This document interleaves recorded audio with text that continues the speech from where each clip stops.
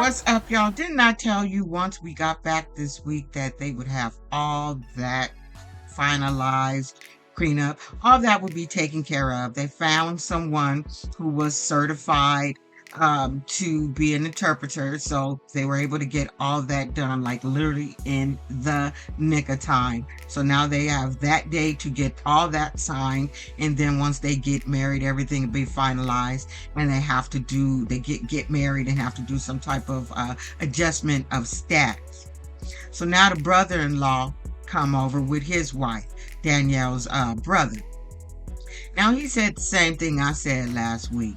Now he all kind of still feeling some kind of way. He's happy to find out that they online trying to finalize everything. Danielle explained the whole process to him.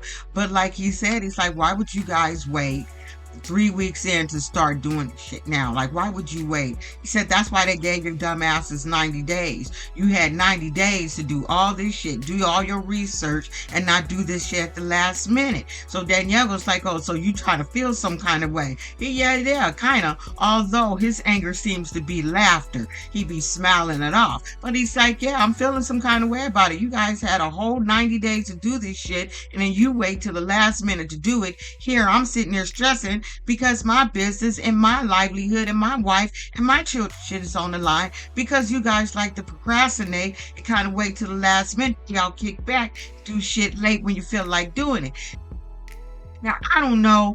I'm under the suspicion that maybe Danielle and Garrick now they be entertaining themselves in the gummies. You know that Colorado was the first place to pass the whole dispensary thing. So maybe they be getting a look, because he be looking a little hazy-eyed sometimes. I don't know. But I'm glad that the brother got them together and said to them what I said in my video last week. Would you wait till the last minute? But as I said, I feel like that was on Danielle somewhat, because Danielle didn't want them to get married in the first place. She ain't feeling this shit. You think she gonna be gun-ho to plan somebody else's damn wedding? No, absolutely not. So the day of the wedding, of course, you got Danielle being fake happy. You know damn well she's not happy about it. And you know what? I couldn't blame her. As hard as the time as I give Danielle for being shady and doing some of the things she do. Like at the end of the day, I'm like, you know, when I really thought about it, I said, you really can't blame her. You really can't blame her. I'd be upset being that this man divorced me so he can fornicate and do all the shit he was doing. Now it's real. He's really getting married to someone. I think it just really sunk into Danielle like, okay, for the last 5 years, we've been really trying to do this damn thing, but now this is really happening. He's really going to marry this girl. This is going to make me feel like the side chick. That's how she's feeling. And as much as she was trying to be fake happy when her and Garrett was talking to the producers, when she do that little fake laugh, I always catch those photos. Like after the fake smile, she always have a totally different look on her face. This look right here. Poor Lorrana, they done got her over here in America. She don't know how shit work, because she would prefer to have had a big wedding, a big dress. This was not her dream, so they're gonna have to do this later. But it's like, girl, you could have had all that. All they had to do was plan having your family here the minute they got here within them 90 days, and they probably could have made it happen. They probably gonna go back to like I don't know where she from, Brazil, and try to do a wedding there. But they're gonna have to give that girl a real wedding. But when I was looking at one of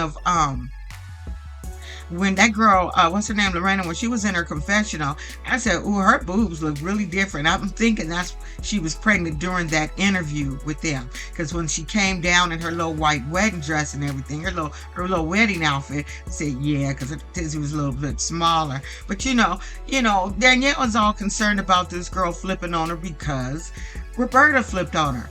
Like, this man has been in a couple of relationships, but at the end of the day, Roberta was the only one who flipped on her. Natalia left their ass because Garrett did not let her know that, oh, you're not going to be the only one. So, and I'm wondering, when I thought about that, I said, okay, does Lorrana know that this is not going to be the end of a sister wives, that he is planning on really having some more sister wives? Will it be that in her ninth month of her pregnancy, he gonna start looking for a whole nother sister wife, somebody else he can bang? Like, I'm just wondering, does she know that, according to him, she won't be the last one, that he's gonna be looking for other sister wives? So I'd really like to know, because we have not had that discussion. So they walking into the little courtroom, do whatever they have to do, get married, do the paperwork. So apparently Danielle can't go in. She just have to stand out there and look cute and cry and shit. They said they don't want nobody else in there while they doing the paperwork. But while she's standing out there, it starts to kick in. It starts to really hit her ass that when they come back out, she is going to be Mrs. Maryfield. The real Mrs. Maryfield will be standing up. Now she's going over and reminiscing over the memories and when they got their wedding license. She going through it, and she really gonna go through it when she find out that girl is pregnant. I want to see how she gonna react to that. So I don't know. I kind of felt for Danielle in this episode because I'm like, you know what? I understand. I understand, girl. I would be feeling the same way, even if I did agree to this whole messy shit of being a sister wife. Because at the end of the day, you know, this wasn't Danielle's idea. He played her with the church thing. This was the only man she had been with in high school. So he convinces her by reading certain parts of the Bible that it's okay to take in another wife. She didn't want to do this. She didn't want to do this. If Danielle had her way, she would want her family, her she would just want her and him. She wouldn't want a whole nother woman into this shit. Now she knows she really got to share her damn space because this is now official. When that girl walked back out that door, it's official, Danielle, and you are now the side Mrs. Maryfield. That's exactly what your is. See, that's what your is right now. The side Mrs. Let's flip the page to Reese and Billie Jean. So they friendly and got Reese on a second date with a girl by the name of Randy. You know, for him, he's like, if this don't go well again, he's going to be done. So he was hoping that this date would be much better than that last date. There was no connection there. And that girl straight up said, dealing with their ass would be light work. She ain't trying to have no more kids or be nobody's nanny or work in a village full of children and ducks and animals. She ain't trying to do none of that. So he meet up with with Randy. So he made the first date at a kid's park, a kid's playground. He figured would just be a little bit more comfortable for his ass, and so she can get a load of his personality and what he's like. And if she can deal with that, then maybe she would be the one to come into their little family. So anyway, they meet up and we find out about Randy. Randy got a kid that's 17, a kid that's 14, and one that's 5. But he was supposed to do some follow-up questions like, okay, are the daddies involved? I know you're the single mama. Do they pay you? Like, he was supposed to ask some more questions. I would be always weary about somebody who's gung-ho, who have reached out to be a part of this lifestyle. We don't know if she got good credit. And of course, I know they just met, but I hope these are the questions that they ask. Do you got good credit? Are you behind in your rent?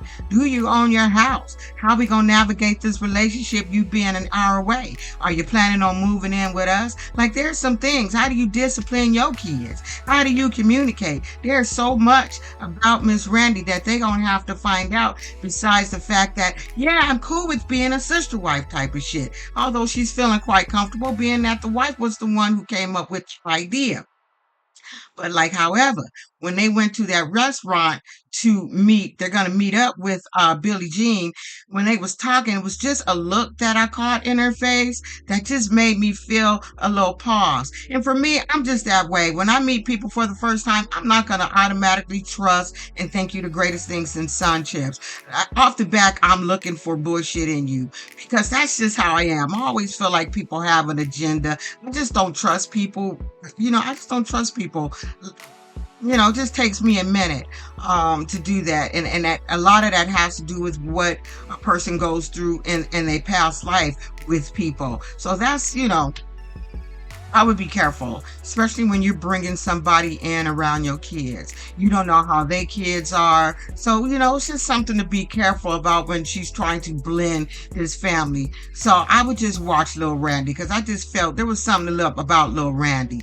So now Reese is trying to figure out, so far this has just been his wife idea. And now that there's someone that could possibly work for them, how she really gonna feel? Because like he said, he's like, this was an idea. It's like, but it seemed like I may have me a whole little second wife here that's on board. Now, how she gonna feel about that when it's really, really happening? Because it seemed like from the episode, he gonna show his ass a little bit, not a little bit, but just say some shit that he wouldn't normally say. That's really gonna shock little Billie Jean, and she's not gonna like. So we'll see how this day go next week. Let's flip the page to Matthew, Angelica, and Chenet. I figure I might as well do everybody because at the end of the day, the whole episode wasn't a whole lot going on. So Matthew planned a romantic date for Chenet. He's going to do a dinner date on a little train ride. I think that is so cute. And let me look around in San Diego. I hope they have something like that out here. I would love to do like a dinner date train ride. I don't know if they have that out here, but that was a really nice thing. So he's sitting there waiting for her. And she's arriving late. And it's just weird because he wants this to work out more for his wife than himself. And I said to myself, I'm like, your wife need to be in a relationship with this girl. It seemed like it's more of their connection than Chenet and Matt's connection. So she finally show up and they go and they have their little sit down, and she's pleased with the work that he put in to plan the day. However, she's still pissed off that it took him 3 weeks to make this date after he texted her.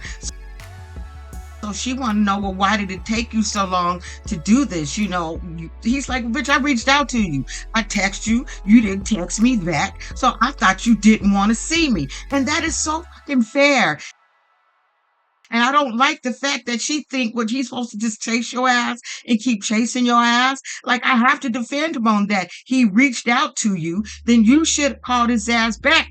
That's what you should have did, but you didn't do it. And what really pissed me off about it, when they start getting into their conversation about what he'd been doing, you know, in those 3 weeks. Was he thinking about seeing somebody else? Did he see somebody else? And he all off and tell her, yeah, I dated somebody. I dated a witch. He didn't say it like that. You know, I'm adding shit to it. But I didn't like her. She was crazy. So I didn't deal with it. It was one little date that just didn't work out. So now she in her damn feelings. She stopped eating her little food. And she in her feelings that he went on a date. Although she went on a date, was seeing someone, and opened her legs. I'm confused at why she's upset. To me, all you guys, you're in an open relationship.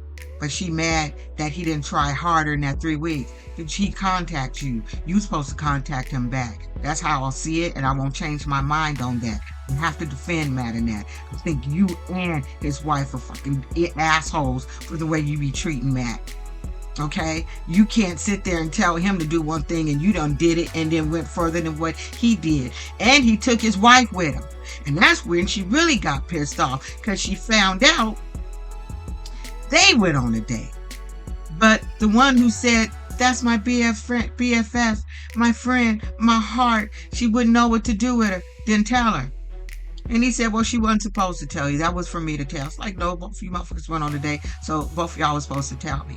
So now she's upset that her best friend, her other lover, her heart didn't let her know. So now she just done with the relationship. Meanwhile, Angelica at the house cleaning up, just hoping that he can mend this relationship for her relationship.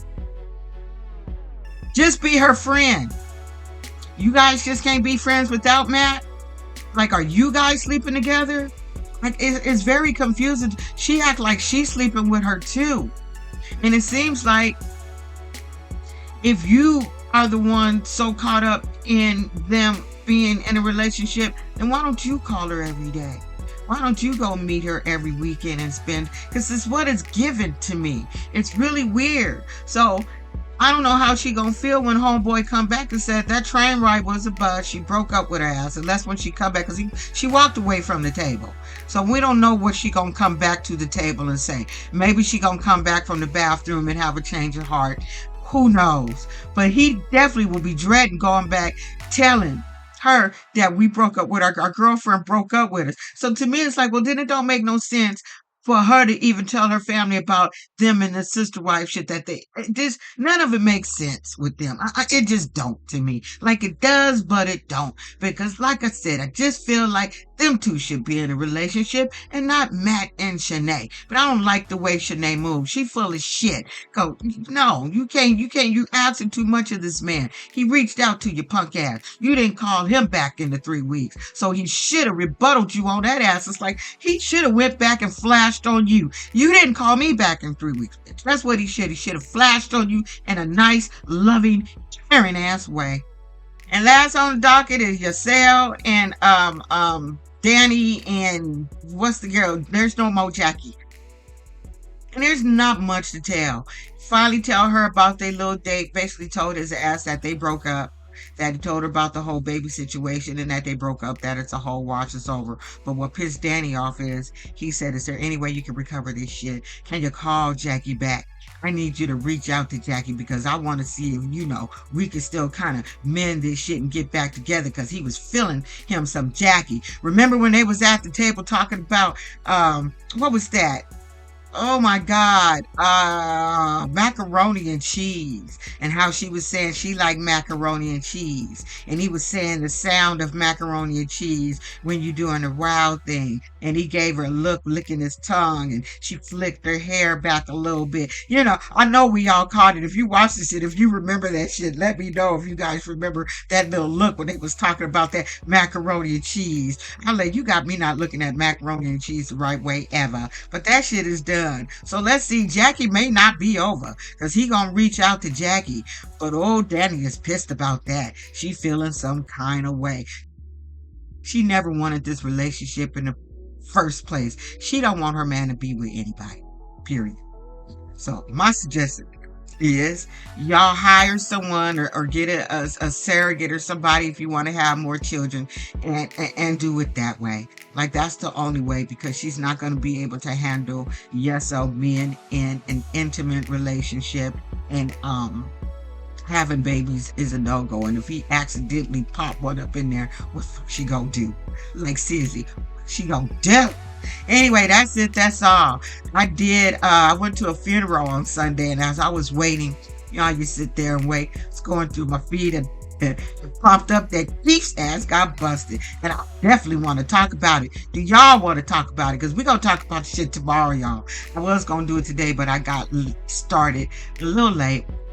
And for those of you guys and your parents, brothers, sisters, uncles, daughters, sons who served in the military, I say to you, thank you. Thank you so much. And today is like one of my days off. So I actually got up this morning.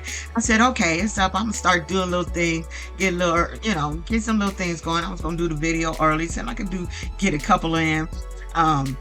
I went back to sleep, y'all. I had ate me a little bit of something, and I went back to sleep. By the time I woke up, it's like 1 o'clock, and I rarely do that. I'm always like doing something.